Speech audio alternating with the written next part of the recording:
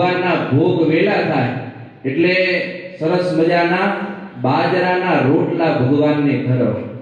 બાજરાનો રોટલો હોય અને એની અંદર થોડા તલ નાખવા, હા, અને પછી ઘી ને ગોળ યુક્ત એવો બાજરાનો રોટલો અને રીંગણાનું ભરથું, હા, ભરથું લખ્યું, હા, ઓળો કહેવાય ને, ઓળો, એ ભગવાનને ધરવો.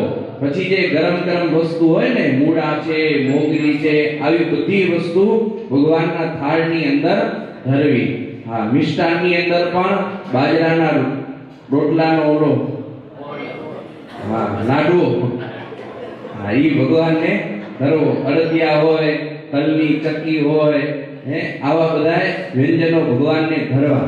પછી રાયતું ધરવું. રાયતું જમી આવ્યો? હા, દહીં વાળું રાયતું, એની અંદર ફળ પડે, કાળી દ્રાક્ષ પડે. આ રાયતું પણ શિયાળાના સમયમાં ઉત્તમ કહેવાય. અને ભગવાનને ઠંડી પડે ને એટલે ભગવાન આગળ સગડી જગાવવી. હા, આવી બધી વાતો સત્સંગી જીવનની અંદર લખેલી છે. અને લીલાના દર્શન આપણે પૂજારી સંતો દરરોજ કરાવે છે.